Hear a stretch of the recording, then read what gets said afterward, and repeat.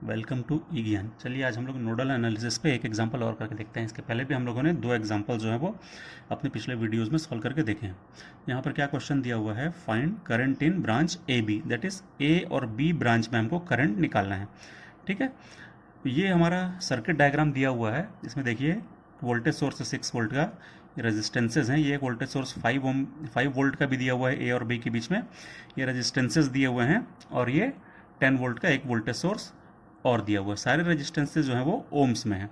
ठीक है, तो हम लोगों को नोडल एनालिसिस अप्लाई करते हुए हम लोगों को इसमें ए बी में करंट फाइंड करना है। तो हमारा जो पहला स्टेप होता था वो क्या होता था कि फाइंड द नोड्स। तो इसमें कितने नोड्स होंगे और वो कौन कौन से होंगे पहले हमको ये फाइंड करना रहता था। तो देखिए ये नोड नहीं होगा क्योंकि 2 ब्रांचेस जुड़ी हैं, ये नोड होगा क्योंकि इसमें 3 ब्रांचेस जुड़ी हैं, ये भी एक नोड होगा क्योंकि इसमें भी 3 ब्रांचेस जुड़ी हैं, लेकिन ये नोड नहीं होगा क्योंकि इसमें सिर्फ 2 ब्रांचेस जुड़ी हैं। तो नोड क्या होता है, जिसमें 2 से ज़्यादा ब्रांचेस जुड़ी होती हैं तो वो नोड होते हैं। तो इसका मतलब ये और ये नोड होंगे।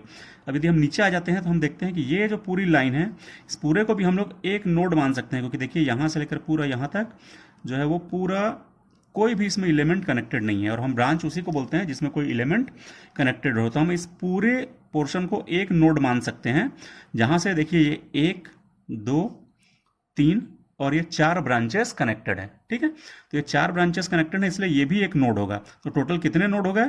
सो टोटल नोड हो गए हमारे पास 1 2 और 3। सो देयर आर 3 नोड्स, जिसमें से हमारा इसी स्टेप में, ये स्टेप नंबर 1 चल रही है, इसी स्टेप में हमारा एक और वर्क होता है कि एक हमको एक रेफरेंस नोड जो है वो कंसीडर करना पड़ता है। तो हम इसको रेफरेंस नोड कंसीडर कर लेते हैं। जनरली हम उसी नोड को रेफरेंस मानते हैं जहां सबसे ज्यादा ब्रांचेस कनेक्टेड हो। तो यहां पर चूंकि 1 2 3 4 ब्रांचेस कनेक्टेड हैं, इसलिए हम इसको रेफरेंस नोड मान लेते हैं। Suppose it is our reference node, और रेफरेंस नोड का जो वोल्टेज होता है वो रहता है 0। ठीक है, रेफरेंस नोड का वोल्टेज 0 मानते हैं, और बाकी सभी नोड्स के जो वोल्टेज रहते हैं वो रेफरेंस नोड से हम ज्यादा अज्यूम करके चलते हैं। ठीक है, तो टोटल हमारे पास कितने नोड बचे? So n-1 is equal to 2 nodes बचे। जितने नोड बचते हैं उतनी ही इक्वेशंस हमारी बनती हैं। तो हमारे पास n-1 इक्वेशंस फॉर्म होंगी, मतलब कि 2 इक्वेशन फॉर्म होंगी हमारी।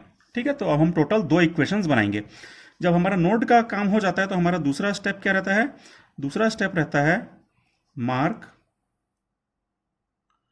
Currents at nodes. नोड्स से जुड़ी हुई जितनी ब्रांचेस हैं उनमें करंट हमको मार्क करना रहता है। तो हम लोग करंट कैसा मार्क कर लें? तो हम हमेशा आउटगोइंग करंट मार्क करते हैं।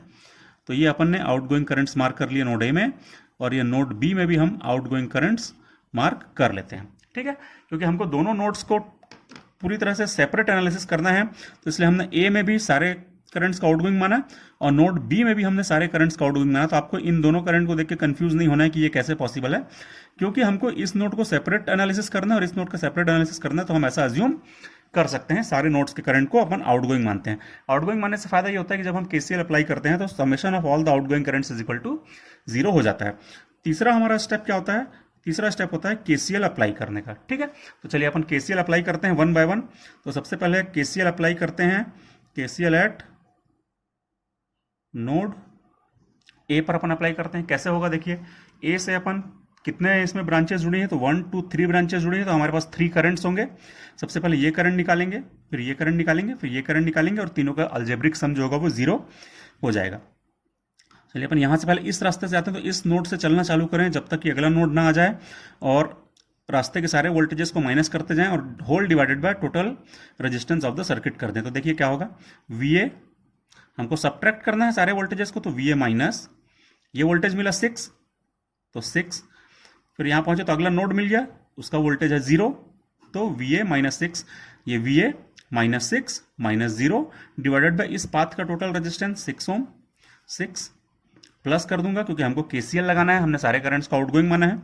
फिर इस रास्ते से पर आते हैं, तो फिर वही सेम चीज, VA माइनस, सीधे यहां पर पहुंच गए अपन अगले नोड पर, उसका वोल्टेज है 0, यहां का वोल्टेज 0 मान रहे हैं अपन रेफरेंस करंट, और डिवाइडेड बाय इस रास्ते का टोटल रेजिस्टेंस, तो वो है 3। फिर हम इस रास्ते पे पहुंचे। ठीक है, इस रास्ते पे पहुंचेंगे तो भी अपने को सेम वर्क करना है, प्लस करेंगे क्योंकि हमने आउटगोइंग लिया है सारे करंट्स को। फिर अपन वही करेंगे, VA माइनस। अब चूंकि यहां पर देखिए एक 5 वोल्ट का हमको वोल्टेज सोर्स मिल रहा है, ये 5 वोल्ट का वोल्टेज सोर्स मिल रहा है, लेकिन 5 वोल्ट का हमको, यदि हम इस रास्ते से इधर जा रहे हैं तो हमको पहले माइनस साइन मिल रहा है। क्लियर है? पहले यदि माइनस साइन मिल रहा है तो जो साइन हमको पहले मिलता है वही अपन वोल्टेज की पोलैरिटी लिख देते हैं। तो ये हो जाएगा -5, तो मैं लिख दूंगा -5, फिर माइनस, ठीक है। और फिर मैं अगले बार पहुंचूंगा तो मेरे से मिल जाएगा VB, मैं लिख दूंगा -VB, होल डिवाइडेड बाय पूरे रास्ते का जो रेजिस्टेंस होगा तो कितना है, 2 ओम है, तो ये हो जाएगा डिवाइडेड बाय 2। तो समझ में आ गया आप लोगों को? कुछ नहीं करते हैं, बस इस नोड से स्टार्ट करना है और तब तक आगे चलते जाना है जब तक कि अगला नोड ना आ जाए। जैसे ही अगला नोड आएगा तो उसके आगे नहीं जाना है। तो यहां से अपन शुरू करेंगे और रास्ते के सारे वोल्टेजेस को सब्ट्रैक्ट करते जाएंगे। तो VA माइनस दिस वोल्टेज, ठीक है। तो ये वाला जो वोल्टेज होगा, क्योंकि यहां से जाते समय मुझे पहले माइनस साइन मिल रहा है और हमने इसके पहले भी पढ़ा हुआ है कि जो भी साइन हमको पहले मिलता है तो वही वोल्टेज का साइन अपन लगाते हैं। तो VA माइनस और ये वाला हो जाएगा -5, तो मैंने लिख दिया VA -5। उसके बाद यहां पहुंचे तो -VB, ठीक है, डिवाइडेड बाय इस पूरे रास्ते का रेजिस्टेंस, तो ये 2 ओम। अब चूंकि हमारे पास तीनों करंट हो गए, 1 करंट, 2 करंट, 3, और तीनों करंट का समेशन कितना होगा, 0 होगा, ठीक है। तीनों करंट का समेशन हमने लिख दिया 0। इसको थोड़ा सा सिंप्लीफाई कर लीजिए। जब इसको अपन थोड़ा सिंप्लीफाई करेंगे तो क्या आ जाएगा, 9। इसको थोड़ा सा और सिंप्लीफाई कर लें तो ये हो जा रहा है अपना 3 को कॉमन निकालेंगे तो हो जाएगा 2VA minus VB is equal to -3। This is our equation number 1, ठीक है। तो ये हो गया हमारा 2VA minus VB is equal to -3। Similarly जैसे हम लोगों ने यहाँ पर KCL एट नोड A किया था, सेम अब अपन वर्क करेंगे नोड B पर।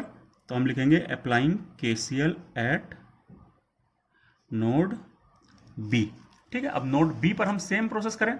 नोड B में भी देखिए 3 ब्रांचेस हैं, ये 3 ब्रांचेस हैं, 1, 2 और 3।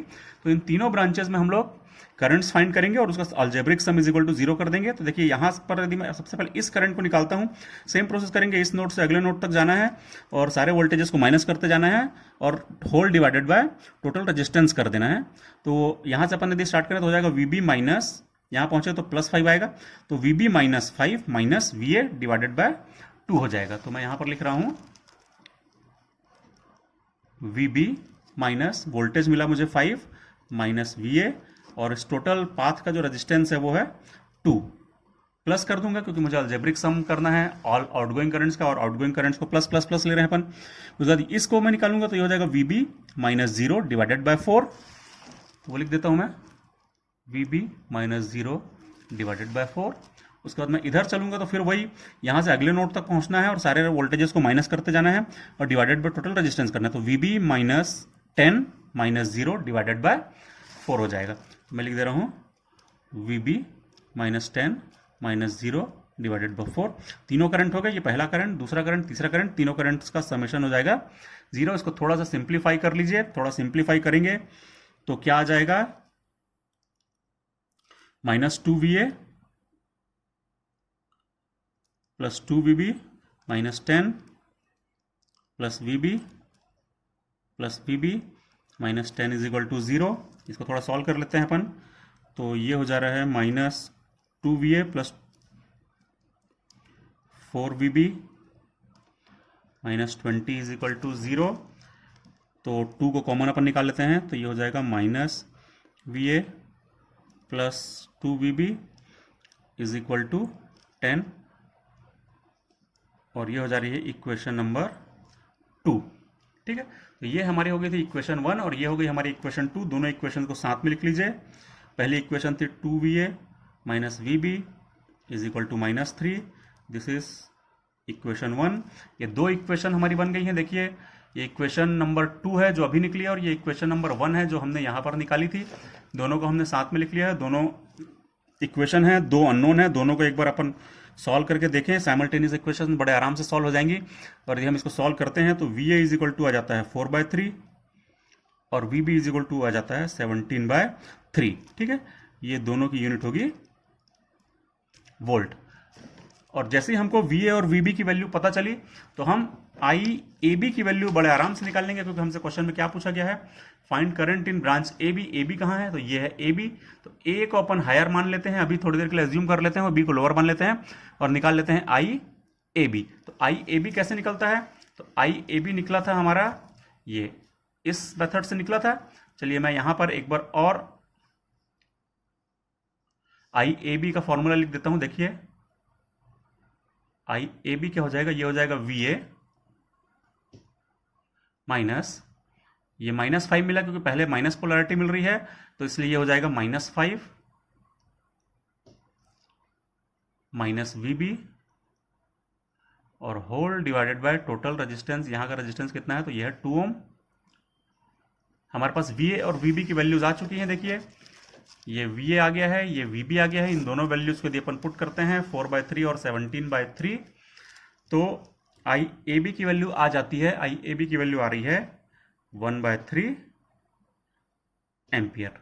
ठीक है, तो इस प्रकार से अपन लोग इस पूरे सर्किट में कहीं पर भी कोई सा भी करंट पूछा जाए, कोई सा भी वोल्टेज पूछा जाए, जो भी पूछा जाएगा उसको अपन बहुत आराम से निकाल सकते हैं, काफ़ी आसान रहता है। हमसे पूछा गया था कि ए बी का करंट निकालना है, तो ये हमने आई ए बी का करंट जो है वो फाइंड कर लिया, क्योंकि हम लोगों ने वी ए और वी बी कैलकुलेट कर लिया था। ठीक है, तो ये हो गया अपना complete solution of the problem. Thank you.